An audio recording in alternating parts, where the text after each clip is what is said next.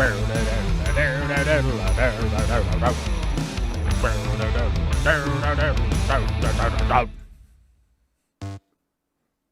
we got one boop in there. It went boop because the next song was going to come on.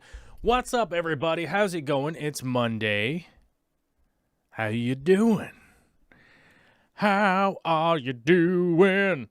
Whoa, whoa, whoa, whoa, whoa, whoa. Because it's Monday, everybody.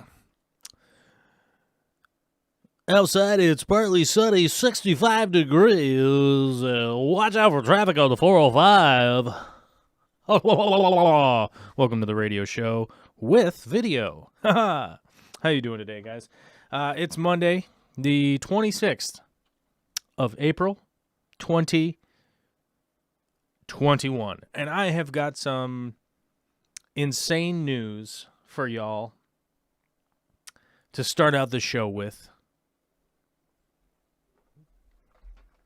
I got to tell you about something, and it's right over here, and it's got some heft to it. It's got some weight to it. Oh, lordy, lordy, we got ourselves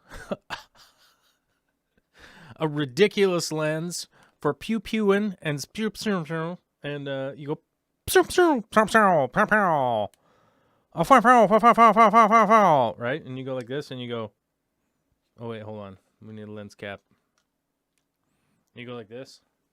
And you go, listen to this. And you go,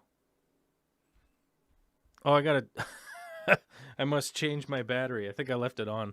I did the photo transfer yesterday. And left my camera on because I have the sleep mode turned off. And like a dum-dum, I left it on. There we go. All right, here we go. Now you got to listen to this part.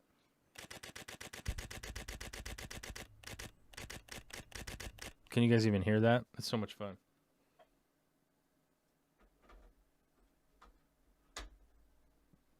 So after a long period of time, saving money, selling some old gear, and my freaking birthday dudes, we got ourselves the Canon 100 to 500 millimeter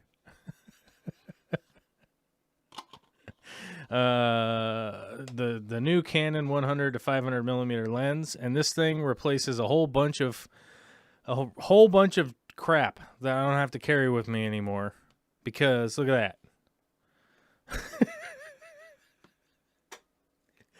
Telephoto.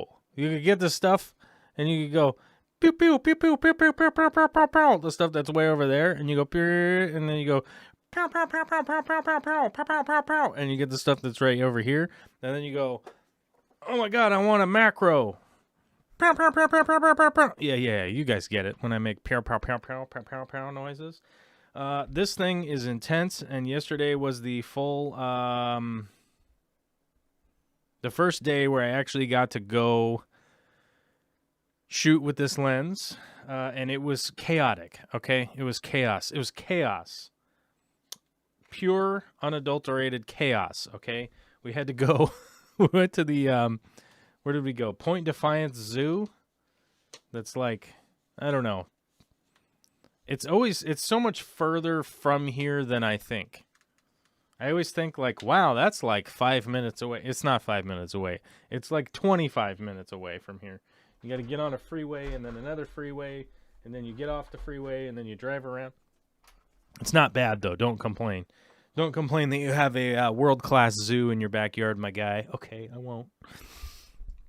And it was total chaos because this little human being right here in the corner, this caricature of my daughter, Stinky Face Mick Grouchy Butt, was going full steam yesterday. You got, she's 2.5 years old now, and she can't hardly be trusted. She can't hardly be trusted with nothing at this point in time. There will come a day where she's super trustworthy.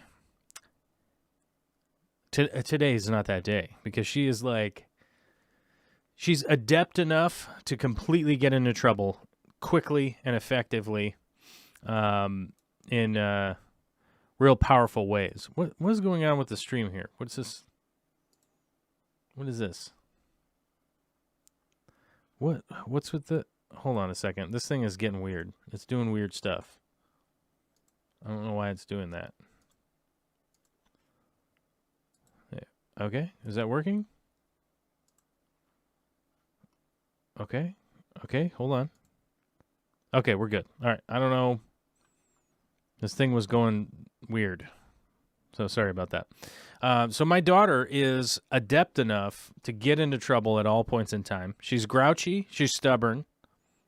She's a super sweetheart. She's way too smart already.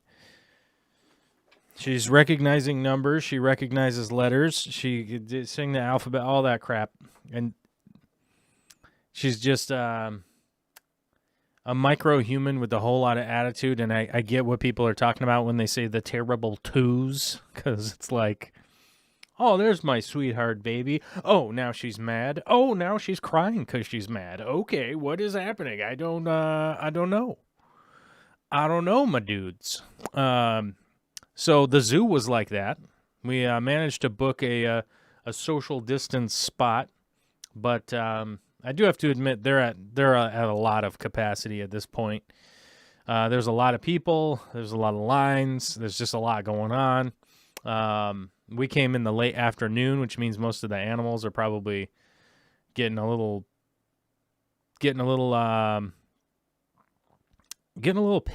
They were getting a little pissed. You know what I mean? So yeah, there wasn't a whole lot of animals out. We couldn't go to the aquarium part. There was like 30 or 40 families in line to go to each of the aquariums. There's 2 different aquariums at Point Defiance. Really cool. They have like a big shark one, the manta rays and all that kind of stuff. And then they have one that's like a tropical exhibit. I don't remember exactly. But either way, there's 2 big aquariums. We couldn't get into either of them. That time of day, there are just so many people like trying to get in there.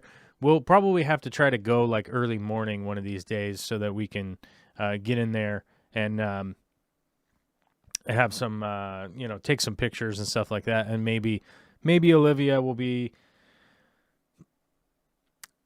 a little less feisty than she was yesterday. It was definitely a kind of a drag on her parents. We were both kind of getting pretty tired by the end of the day of like, come on, man, like you just got to chill right now, So, but nothing too bad. But the reason for telling you about that has to do with that lens and this camera.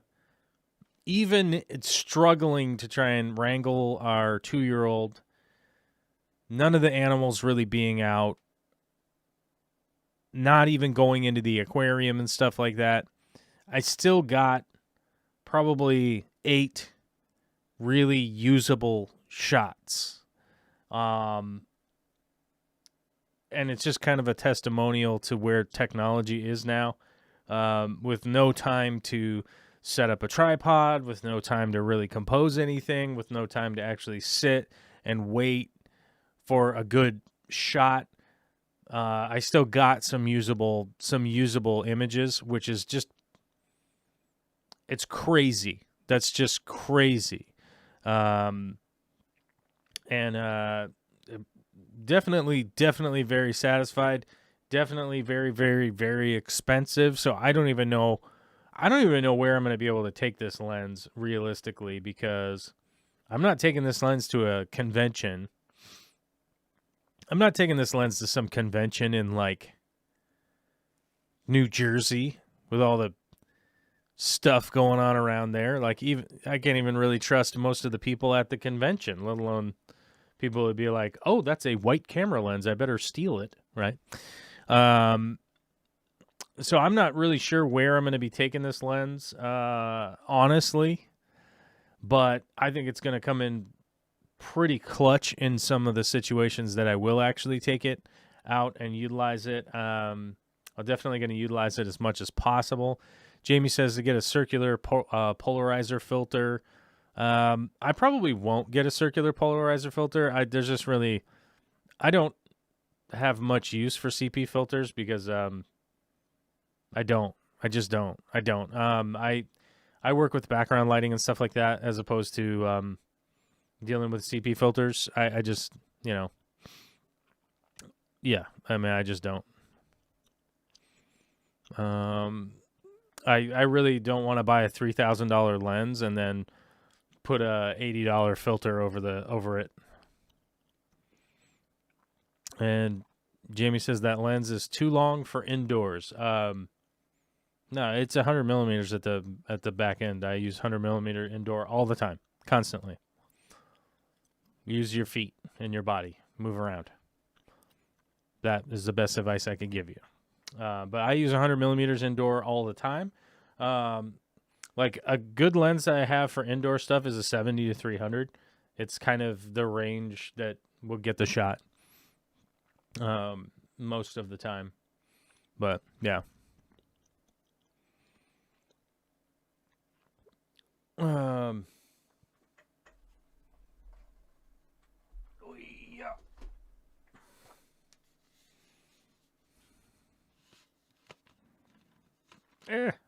The red ring's right there. The red ring is right there. So if they're looking for the red ring, there it is. And it's also a white body lens. I would have bought this in black if they offered it.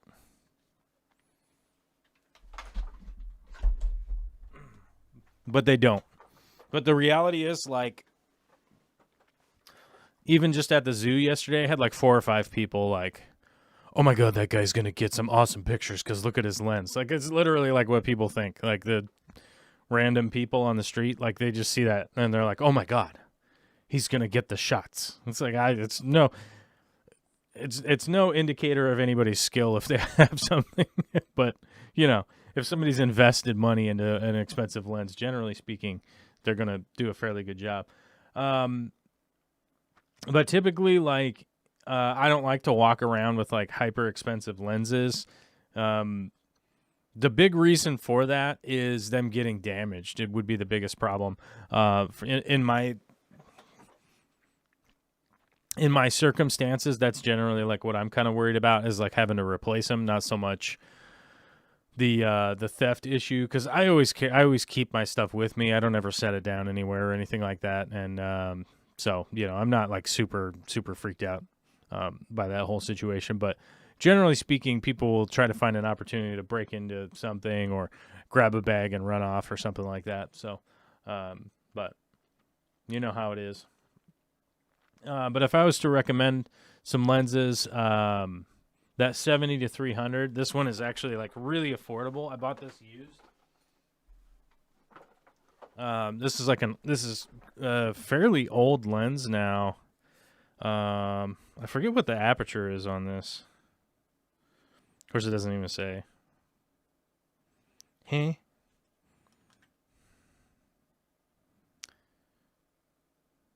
Yeah, this one's a 4 to 5.6. And this is like a really decent lens that's affordable that I will actually take out with me a lot for shooting at shows and stuff like that. Because it's got quite a bit of range on it, the 70 to 300, and it's an affordable lens. You know what I mean? Like, so if it gets damaged, I can probably replace it for not an extreme amount of money. So that's generally one that I'll have with me. And somebody that goes to the pawn shop ain't going to get much for this. So they shouldn't be that motivated.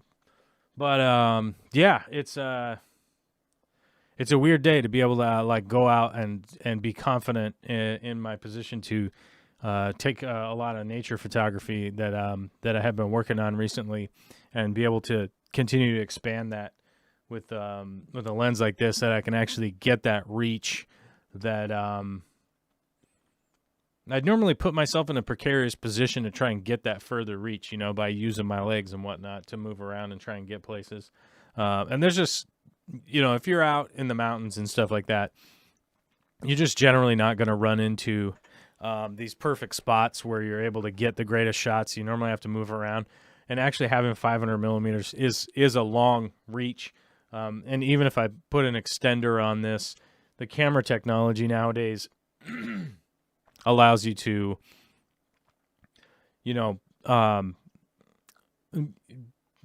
basically change your ISO, change your f-stop, change your shutter speed so quickly that you're probably going to get the image. And this thing isn't that heavy. Like, I don't know if you guys have ever picked up a 500 millimeter lens that's an actual 500 millimeter lens. They're extremely heavy. They cost like $14,000. This doesn't weigh that much. I mean, it's heavy. It's chunky. It's a lot of weight to it. You know what I mean? But it's nothing compared to the other 500 millimeters that are out there. Like, the other 500 millimeters that are out there are insanely heavy. And you definitely need like an insane tripod to take it out, hike up to a mountain somewhere. That I can actually use handheld. I tested it out yesterday. The stabilization in it is just that good that you can literally just, I'm taking shots over there. What's that? Oh, that kind of stuff. So,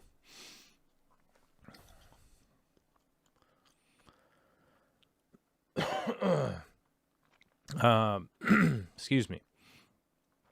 And I got a little froggy stuck in my throat. So the reason I'm trying to combine all of these elements in here today was to talk about this weekend.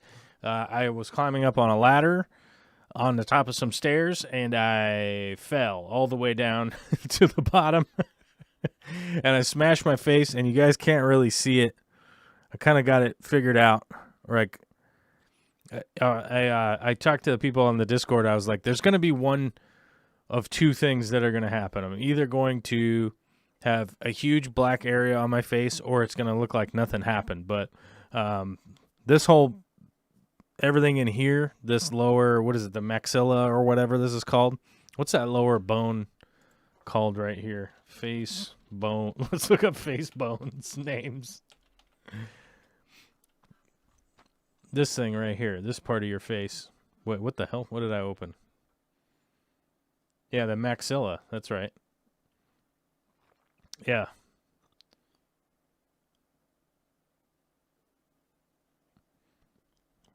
How do I know that? That's weird.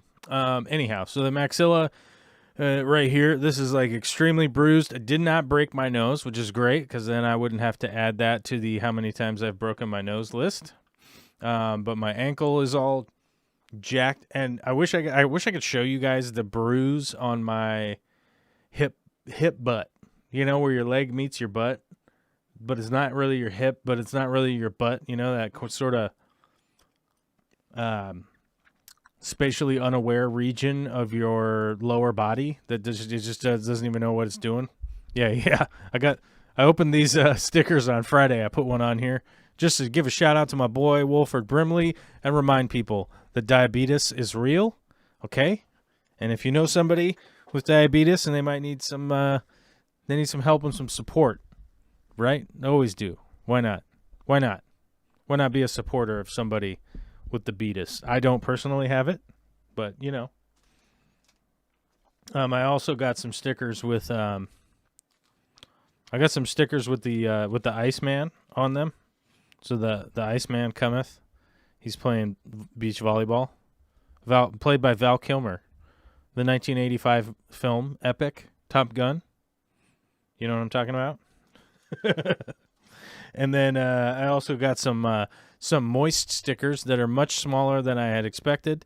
But, when the Wolford Brimley gets sad, I'll swap it out for a moist, and then people will get super mad at me because they'll be like, I hate that word, So I fell off the ladder, sort of broke myself up a little bit, but it's okay. Everything's fine. Everything's fine. My little body parts are super sore today, so it's okay. Everything's fine. It's all good. Jamie Oliver broke his ankle going down a ladder. It sucks. Yeah, it does suck. Mine's not broken. It just hurts. So, but I have full mobility and everything. It's just sort of impact-ish. Jamie says, I could use your advice. I had a roof replaced without a permit. A neighbor complained, and now I need a permit. Do I need the roofing company to fill out the permit? Gosh, I forget how that works. So if you hired a company and they did unpermitted work, you definitely have some You have some legal standing to go like, hey, why didn't you get a permit? If you paid a professional company, like they should have taken out a permit. But I mean, it's going to come down to your county or your state, depending on where you live. I don't know. I mean, if I could tell you some of the counties in Washington State what to do. I don't know where you are or what it's like in your area. Some places I've been to, I'm like, hey, what code book are you guys working off of? And they're like, 2003. So I don't know if you guys have looked at a calendar lately, but somebody that was born in 2003 could legally buy, what the hell can you buy now when you're 18? I don't know what you can legally buy now when you're 18, but they could be driving and they could receive adult charges. They could join the military. There you go. That's still a thing, right? But generally speaking, you're going to have to speak to your local permit office and find out what your recourse is, and find out what you need to do and what they want you to do. Because what I tell you to do means nothing. It literally means nothing what I tell you to do, other than go talk to them and then do what they want you to do. But most likely, and now this is just kind of in a likely situation type deal, they're going to want you to pay a fine for not getting your permit ahead of time. And that's probably what's going to happen. Then you're going to need to get it inspected. Joel G, what is this? What is this? What is this?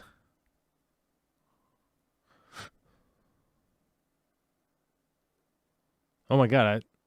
There it is. They changed delete message to remove a while ago, and I don't read so good when I'm broadcasting. When I'm broadcasting on the internet, I got so many buttons to push and everything, and I'm like, I can't necessarily be reading good. Like I can't be reading good. Anyhow, Jamie, to answer your request, you're probably gonna have to pay a penalty or a fine. Sorry, you're gonna have to pay a penalty fine. A penalty fine. You're gonna get a yellow card. There's gonna be a referee that runs out of nowhere. He's gonna be wearing short shorts, little stripy top, and he's gonna blow a whistle. He's gonna blow a whistle. He's gonna throw a yellow card. He's gonna throw a yellow card out there, and then you're gonna make you pay a fine. You're gonna pay a fine. You're gonna pay FIFA. You're gonna pay FIFA a fine. FIFA fine. You know what I mean? And they're likely gonna have to get it inspected. They're gonna have to check, and they're probably gonna fine the company who did it. So that's fun. That's fun for everybody. I would always recommend people just get your freaking permit. It's fine. Anyhow, Paula Kreinberg. Oh my God, what did Paula send me? Paula sent me the story. Oh my God. Paula sent in the story onto Discord about her having to repair her drywall roof, the ceiling. Oh my God. It's the funniest thing. And I don't want to recount it right now, but it just straight up made me laugh. But Paula says, achieved full immunity and went to the fish store, now lusting for golden tiger antlers. I love golden tiger antlers. I got some ish golden tiger antler-ish type fish from Alyssa. She hooked us up, us being me, and we got those fish, and they're doing pretty good. They've thrown off some wild-looking babies, that's for sure. We've got some red ones in there. We've got all sorts of crazy guppies going right now, which is good. I had a little bit of a setback with the guppies, and then boom, they're back again. So things are going ups and downs and all arounds and all that kind of stuff. So yeah. Jamie Oliver says permits in LA take 3 months. They probably take longer than 3 months in LA, realistically. Your roof was leaking, just background. If you had a repair and replace, it would have fast-tracked the permit. You would fast-track the permit And if it's a reputable company, they could fast track the permit for you.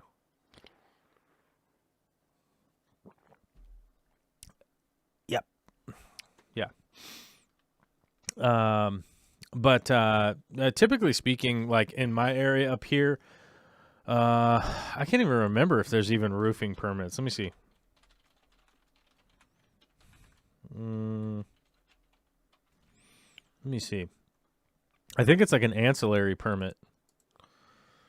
Let's see. The city limits, if removing and replacing old roofing with the same roofing type, no permit is needed. That's right. I think if you're changing the type, it's really like a minor, it's like a minor permit. If adding an additional layer to existing roofing, a pre-roof inspection and permit is required. Oh, I remember that. Changes to a roof line. Oh, well, changes to a roof line will always require a permit because you're changing the structure of the building. But if you're just re-roofing with the same roofing where I live, in the county where I live, I just looked it up to check, you don't even need a permit. So you could strip and replace with the same roofing type, no permit, where I live. The county where I live, okay? Do I even live in this county? I think I do. Oh, I'm barely in this county limit. Right. That's right. I'm almost in the other one. I'm on the cusp. I'm on the cusp of the other one. But where I live, I don't need one. Which I'm sure you guys could look up the same thing, but it automatically directs me to my account references whenever I look them up because I have them linked. Because I need to look them up fairly often. But yeah, if you're replacing the same roof type where I live, you wouldn't even need a permit. When you're adding layers, you have to get an inspection permit, which I think is like, it's like $200, and some guy comes out and is like, yeah, it's a roof, man. Put the thing on there, basically. I mean, there's nothing too crazy about it. They actually climb up there, they take a look, and they're like, yeah, it's fine, put another layer on. They basically just look to see how many layers of roof you have. So if you have one, you can add another right on top of it. If you have two, depending on the type, I think you can do one more, but generally, if you already have two, they require you to strip it off and put a new one on.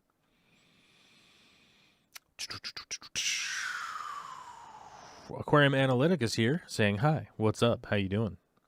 Oh, did I say what's up to first in the chat? Michael Sarr. Michael Sarr was first to the chat, Mikey Fishy, and Pipex himself. Big D Smoke fell asleep on Friday. What's up, dude? Steve Bearteach was wondering why there's a dog next to his name, and that's because he's a member of the channel, and we get different badges for how long we've been members on the channel, and you've upgraded to Mr. Chips. Mr. Chips, the greatest junkyard dog of all time. He is my little dog, named Mr. Chips. Well, he's our family dog. We adopted him. He was an elderly adopt. They thought he was much older when we got him, but he's old now.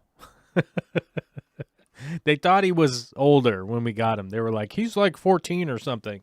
And we were like, oh, my God, okay, he's probably not going to last that long. And then after us having him for a while, we took him to the vet, and they're like, he's probably 10, maybe 9. But now he's like 13, 14. So we've had him for quite a while. He's a great dog. He's very weird. Got out the other day. We had a gate malfunction, a gate latch malfunction, and somebody left the gate open. Not me and not Vicky, but somebody. Somebody left the gate open, and Mr. Chips was gone for hours on end, and we found him. Well, I found him. I'm going to say we found him, but I found him driving around after I got home from work. I was just driving around because I got a call on the way home that Mr. Chips was gone and was missing, so I just drove around. And I drove around, and I drove around, and I drove around. Joel G with the follow-up, legal to buy when you're 18. Oh, okay, that makes sense. All right, got it. That makes more sense. Yes. Zombie Drummer says adopting an older dog is incredibly underrated. That's very true. I do recommend adopting an older dog. Older dogs need homes, okay? And you might be somebody who has a home that wants to have a dog in it. And you could get that dog and you could put that dog right in your house. And you'd be doing something. You'd be doing something decent, okay? Old dogs need a home. Old dogs need a home to go. You know what I'm saying? So, and oftentimes they don't make it out of the shelter, if you know what I'm saying. That people come in there and they're like, I don't want that old dog. I want that new model, okay? The new model's going to get adopted. The old model's probably not going to get adopted, and they don't end up making it out of the shelter, the pound, whatever you want to call it. And those dogs, you know, that's a pretty unfortunate way for them to go. You know what I mean? When they got some years. They got some cool years left in them, too. So they could probably still play a little catch. They could probably do a little good time snuggling. And, you know, you get they're probably house trained already and everything. So you're looking at some decent value is all I'm saying. Because it's like pretty cheap to adopt an old dog. Although adopting Mr. Chips was not all that cheap. I don't know if you guys can notice, but like I do have some sinus stuff going on from falling off the ladder and smashing my face into the top of it. That's what happened. Like ladder like kicked out like this, and then I went down, and then I went face first into the ladder. Top, like the handle part, like it's like a 5-step ladder with the rung at the top, the paint ladders. You know what I'm talking about? Oh man, I should look one up on Amazon so I could link it to you guys, and then you click on Amazon links and then go and buy stuff. Oh my God, what? How am I signed out? I'm going to push all these wacky buttons and try to get the password to pop up. Well, did that work? All right. We're in, dude. We're in. Oh, my God. We're into Amazon. Okay. We've made it in. Let's see. Where was that? I want to show you guys the ladder just because. But if you inadvertently buy stuff on Amazon after clicking this link, that'll probably give me credit for it. So full disclosure, I am an Amazon affiliate. Paint 5-foot paint ladder. Is that what this thing is called? So where is it?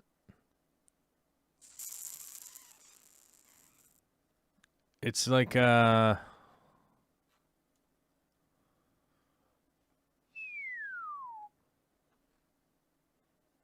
where's the thing? It's kind of like that. Aha. It's like, okay, here we go. It's like a bigger version of this one. It's like a taller version of this janky ladder right here. I don't know if this ladder's any good. It's just a visual aid, right? Paste. Boom. So not like a 20-foot ladder or anything crazy like that. I just set the stupid paint ladder up and then came down and smashed my face on it, and then I fell down the stairs and all that. So it was pretty good. It was pretty good. You know, fell off the ladder. Just full steam, too. Like, it wasn't even like, oh, whoa. It's just like, it just gave out. Like, total piece of crap. Where'd my broadcaster go? Oh, here it is. Somebody's messaging me on Discord. Okay, here we go. The message was, I see. All right. Ooh. And then where'd my button go? There's my button. Sweet. Daniel Velez, what's up, my guy? Water change finishing. Gotta go. Everyone have a great week. Stay safe. Pungy Paints. Best of luck with the dog adoption. That's right. I have to go back and meet her because she was at the vet's, had a double knee surgery Thursday. Oh, you're adopting a small doggy? Trying to adopt a dog in about 15 minutes. Oh, there we go. Okay. Yeah, I like it. That's pretty good stuff. Alana Suki, we live upstairs, so probably not a good match for an older dog. I like large dogs, and I can't carry them down the stairs. That's a good point. Just get a medium-sized dog. Get like something that's like beagle-sized, right? It's expensive to keep a dog. I spent $8,000 last year, and now I have to take her back tomorrow. Don't know what's up with that. I don't have anything to interject to that statement.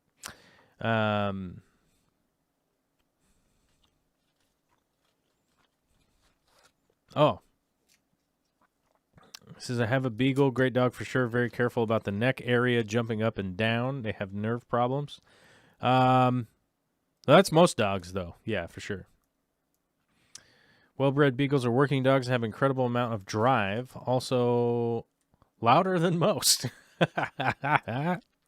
Well, I mean, for the zombie drummer and myself, generally speaking, loud things, we don't hear them that well. Oh, crap. $10 super chat from Jamie Oliver. I forgot to mention it. Thank you, dude.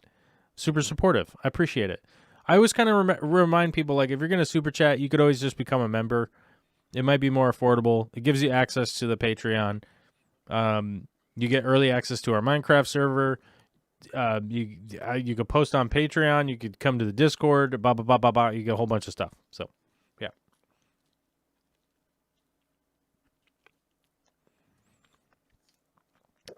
A lot of Suki, when someone has a beagle. Yeah, they are pretty loud. They do give that whoop whoop. It's pretty loud up there. That's for sure. So the topic today I wanted to talk about was acrylic tanks versus glass tanks. That was the thing I wanted to kind of discuss shortly. Let me know in the chat, acrylic or glass, which one do you prefer?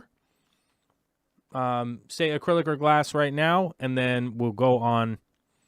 You can extrapolate further. Now, people know that I really prefer acrylic aquariums myself, and the reasons for that are lengthy. We've recently encountered in our close-knit community here one of the big reasons why I choose acrylic, and that is I am almost always the main person moving my aquariums around. Acrylic tanks are wildly lighter weight and easier to carry than glass tanks, from the tiny ones all the way up to gigantic tanks.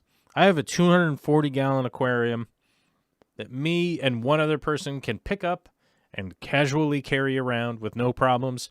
The only reason that I need another person to help me carry it is because it's 8 feet long. 8 feet long is a precarious shape to try and carry by yourself. Although here's what's funny. I have picked up and moved around that tank on my own with relative ease. Yes, it is kind of heavy, but it is something that I am able to pick up and move around by myself if I really need to. I have owned the biggest glass aquarium I've ever owned was a 300-gallon. That thing empty was an immovable brick, okay? Me and one other person picked it up and moved it, and we might as well have gone to the hospital after the fact, because both of our backs and psychologically both of us were damaged also, physically and psychologically. Both of our backs were hurting. We were like, oh my God, that was a bad idea. We should have got an extra person. Ba ba ba ba ba. There's freaking COVID in the air for the last year and a half, months now. I have no idea how long it's been. Try and get some movers to come help you out with something is kind of possible at this point in time. But just imagine trying to move 6, 8, 10 months ago and not having a whole bunch of other people to help you out and try to move all your tanks and try to do all that stuff. Alyssa is moving into a new house with her lovely spouse, and she's having to go and kind of isolate, move some tanks and stuff like that, and it actually is a possibility to get that done. And it's a fantastic thing. It's a fantastic thing with the weight. Cost. Or let's talk about some of the positives. They are generally clearer than glass as far as photography goes, which is great. Visually, they just look a little bit better. Weight, sizes are different. And, to me, there's a lot of possibilities with being able to drill them easily, modify them in a relatively quick way. I mean, you could pop a hole, stick a bulkhead, put a pump some water into a tank in really no time. Whereas if you're dealing with glass, you have a whole bunch of different things that you got to deal with to poke some holes in there, to get some plumbing in, to do this, to do that, to do the other thing. And on top of that, A lot of times with glass, adding in those bulkheads and things like that can shift the silicone a little bit and cause a failure. With acrylic tanks, most acrylic tanks actually have some kind of guarantee on them that is extensive. One of the companies that I was dealing with would give you a 50-year, that's 50-year warranty on whether or not, or that the seals won't fail, that it won't distort, and it won't get out of shape. Hi. Hi, what are you doing, human? I'm just peeking in on you. Are you creeping? I'm creeping. Oh, we have a creeper in the background, guys. Can we trust this sneaky creeper in the background? It's my lovely spouse, so I think we'll be fine. As Borat would say, "It's my wife." Yeah. What the hell is that talking about? Yeah, so a lot of companies that I've dealt with will give you like a 50-year warranty on avoiding blowouts, seal failure, that kind of stuff. Now, the one thing that they will be kind of lacking in is scratching. You'll get some scratches in an acrylic tank from time to time, but I have polished a lot of acrylic tanks myself, and it is wildly easier to polish out some scratch marks if something unfortunate did happen and you happen to scratch it. The longevity of the clarity to acrylic tanks is paramount. Now, one of the reasons I point this out is we went to the aquarium yesterday, or we went to the zoo yesterday, and had we gone in to look at some of the aquariums, what are they made out of? They're made out of acrylic, and it's for the reasons that you're able to go that big is the clarity, the length of time that it will last. It will last an extremely long period of time.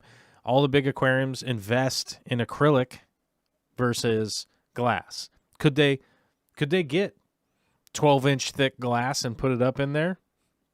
Yeah, they could. They could just build that into the budget and fundraise for weeks and months and years until they had enough money to build it out of glass. The acrylic is also incredibly expensive too. And that kind of leads me into the why one of the big downsides for acrylic is the cost. It's just straight up just buying acrylic tanks can be way more expensive than glass for sure. But the used market, you can generally speaking find some acrylic tanks. Sometimes an acrylic tank that may or may not have been $2,000, $3,000, $5,000 or something like that could be found for $800, $500, $300, however much dollars as compared to the new price. And the reason for that is there's not a whole lot of companies out there that have the intense machining, warehousing, and manufacturing local in the United States as the glass companies do. Glass is pretty cheap in the United States. Cutting glass and siliconing it together when most of that is an automated process doesn't really cost much for them to produce. That's why you see the dollar per gallon sale in PetSmart, in Petco, and those kinds of things, is that they're selling you an aquarium based just because they want you to buy. Do I have something? I don't know. I thought I had some fish food sitting on my desk. I must have taken it and put it away. Gosh, so much for cleanliness, right? Helps spoil the show if I don't leave a ton of clutter all over my desk. There's a ton of clutter all over my desk. Don't act like I completely cleaned up. But those companies are making those tanks super cheap because they want you to buy consumables, okay? They want you to buy stuff that they want you to buy fish food. They want you to buy filter inserts. They want you to buy new light bulbs. They want you to buy different gravel. They want you to buy plastic stuff. You're going to stick it in there, and then you don't like the plastic stuff anymore, so you buy different plastic stuff. You stick that in there. They want you to buy consumables. That's why you get a $10 tank, a $10 10-gallon tank at the big chain stores, the big box stores. That's why they sell you those tanks, okay? It's not because they're high quality. It's not because they're badass. It's not because they look good. It's not because they're going to last a long time. It's so that you will buy more crap, okay? You will buy more crap that you're going to use up, and you will continue to go back and buy more crap that you're going to use up. There are a lot of awesome glass tanks out there. And for those of you that think that I don't like glass tanks, you'd be wrong, okay? You'd be wrong. I love a rimless Starfire glass tank that's just bitchin', okay? I don't have a better word for it. It's bitchin'. Those tanks, I stare at them all of the time. Whenever I see them, I don't stare at them all the time because sometimes I stare at other things. I love glass tanks. I love nice quality glass tanks. They are the bee's knees, the cat's PJs, but they are essentially as expensive as an acrylic tank when you really start to get down to it. There are a number of companies out there that make awesome rimless glass tanks. There are a number of companies out there that make fantastic acrylic tanks. You're going to have to kind of look around and see what it is that you want. Now, I don't have any connection with any of the companies, so I can't really say which ones are great, which ones are bad, or which ones I 100% recommend. I don't have a link to post to you or anything like that. But you could do a little bit of online research if you're looking to buy an acrylic tank. And some people were asking like where do you it's like where do you buy them? TrueView is a cool company that I've worked with in the past a few times, making tanks. They're pretty cool, and they could ship out to anywhere in the U.S., that kind of stuff. What's that? I can't remember the other acrylic place, but like I said, you could do a little bit of sleuthing online. You could look up acrylic aquariums. You're going to get a lot of options. You could look for some reviews and things like that. Pretty basic. And then you can kind of figure out some pricing that's going on. Now, the reason I bring up like TrueView is TRUVUE, I believe is how you spell it, right?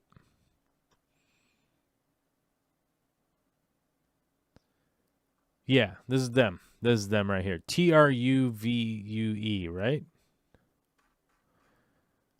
Museum collectors, framers. Oh my God, did they like redo their...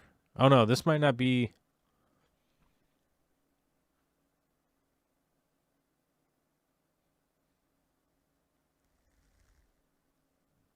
Let's see. TrueView Aquarium, right? Yeah, TrueView Aquariums. There we go. Okay, so you have to look that up. Oh no, they don't have an E. It's TRUVU. Is that right? Yeah. Okay, here we go. I'll copy this link for you guys. Copy. So like if I don't have anything to do with this company, like I said, I've bought some tanks from these guys. Sea Clear is the other one. Okay, there you go. Thank you, Alyssa. Yes, correct. Sea Clear is the other one I've bought a bunch of tanks for. But like these guys right here, they generally have some cool stuff. They have some overstock things. They have all sorts of weird kind of stuff. You'll have to look through and see what it is that that you may or may not be looking for or whatever. But this will give you a good spot to kind of look off. They have actual pricing on their website, all that kind of stuff. So you can kind of go through and look at what it is and kind of gauge the pricing if that's something that you're looking to do. And then from there, you could probably go research some other places. And the Sea Clear, those are pretty good tanks, and that's a reputable company that's been around for a long time too. So you could definitely check those two out. Now, as far as glass goes, there's a million different glass companies out there making glass tanks. My recommendation would be to find somebody local that's making glass tanks. And the reason for that is that they don't ship well. Okay, like I don't know if you guys have ever noticed, but glass gets broken, and big items that get shipped get treated aggressively, if you know what I'm saying. They get picked up by forklifts, they get dropped, stuff gets stacked on them, you get a million different things happen, and there's nothing quite like waiting 3 or 4 weeks for something to show up, and it shows up, and you open up the box, and it's just straight up broken, and you're like, rad. So what my recommendation is to find a local store that is going to carry that glass tank that you're looking for so that you can actually go pick it up yourself. You know that it's not broken. Those guys are dealing with being the reseller and whatnot. And so if they do get something broken in the mail or in shipping or whatnot, they'll send it right back. And one of the stores I worked for a long time ago, many years ago, that was one of the kind of like really good deals that were worked out for the customer and for the owner, which was like the owner didn't really have to do anything. He would basically like take the order of the tanks and then accept the shipping and then pass on the shipping or then pass on the tank to the people that were buying it. And generally speaking, if there were any problems, it was super easy for the store owner to go to the company and go, this tank got broken, quick, send me a new one to replace these ones, get that stuff sorted out. And, they would make the money off reselling and all that. If you don't like reselling, I don't know, move to, I don't know, some country that doesn't have it. I don't know, but that's what happens in the United States. So not much I can do about that.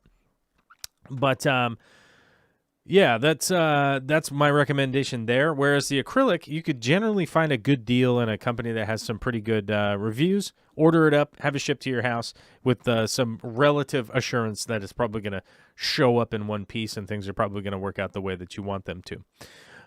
Let's look through some of your comments real quick and see what's up.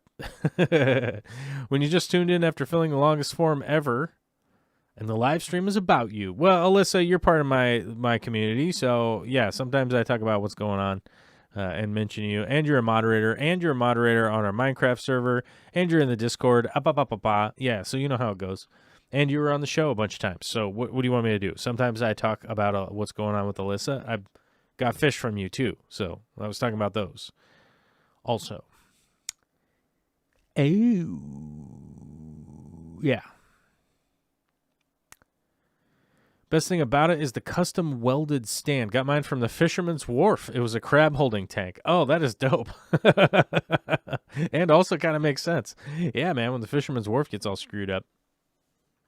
Wessex Fish Club says glass is cheaper, but acrylic looks best if you don't scratch it up. Agreed. Yeah, 100%. Clarity is much better on acrylic versus glass. Especially when you're talking about like bent glass. If you have glass that's bent, oh my God. Oh. Curvature in glass is chaos bad. You know what I'm saying? Yeah.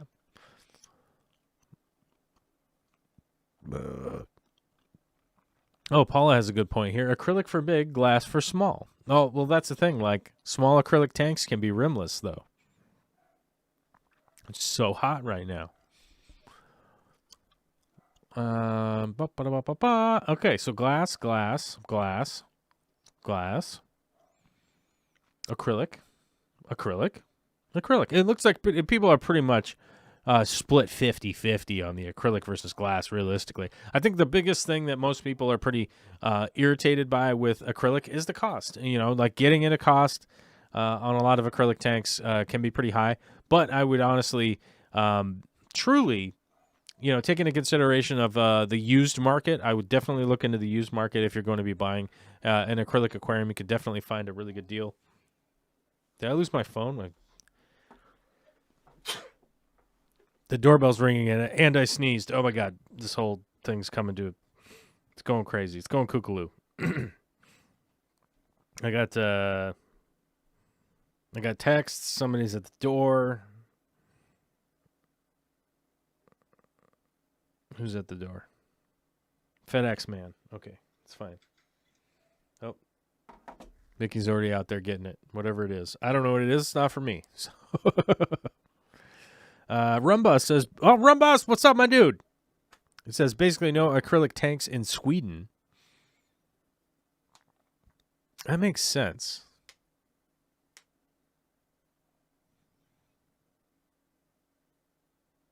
That makes a weird amount of sense because Sweden's weird.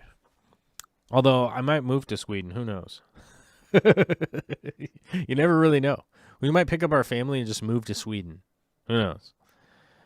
I want acrylic, but I can only afford glass. Yeah, that's kind of the thing. But with acrylic tanks, I would always recommend looking in the used market because you can almost always find a really good deal in the used market. Just be patient to find a good deal with something that is in really good shape. like I said, acrylic tanks have a real tendency to last a really long time. They're pretty much guaranteed to last a long time. If they're a quality build, they probably will last you your whole life. Whereas glass tanks, they got to be taken apart and put them back together. On average, in that range of 6 to 10 years, you got to take them apart, reseal them, and put them back together again. And no, I don't want to hear anybody's anecdotal stories about how they had a tank that lasted 50 years or whatever. I understand. I understand that there are a lot of people out there still driving 1972 Torinos around, and they never changed the oil in it or whatever. Like, okay, I understand there are aberrations in all things in the world, but I try not to give people recommendations that they will be the aberration. You know what I mean?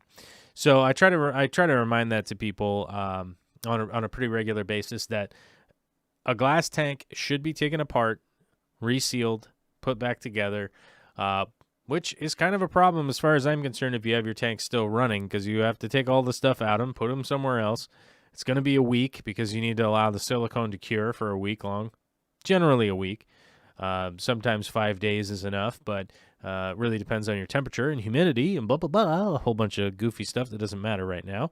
But that should be done, whereas acrylic tanks, as long as you're taking care of them and not scratching them and whatnot, they probably are going to last your whole entire life. And that seems to just be the case, right? A quality-built acrylic tank is going to last a really long time. Jamie Oliver, Michael Boblas, email me at lafoodrevolution@gmail.com if you have any questions about DM, diabetes, and pre-DM. I work with all levels of practitioners. That's a good point. What was Michael talking about? I didn't see Michael's comment. I don't know. I don't see it. I don't see Michael's comment. It doesn't seem there, but I see Ames Spiritfish says hello and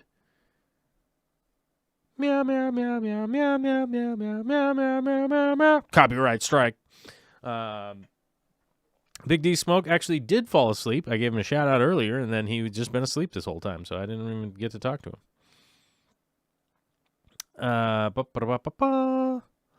All right, guys. I feel like I kind of rambled on here for a little while, but it is 3 o'clock.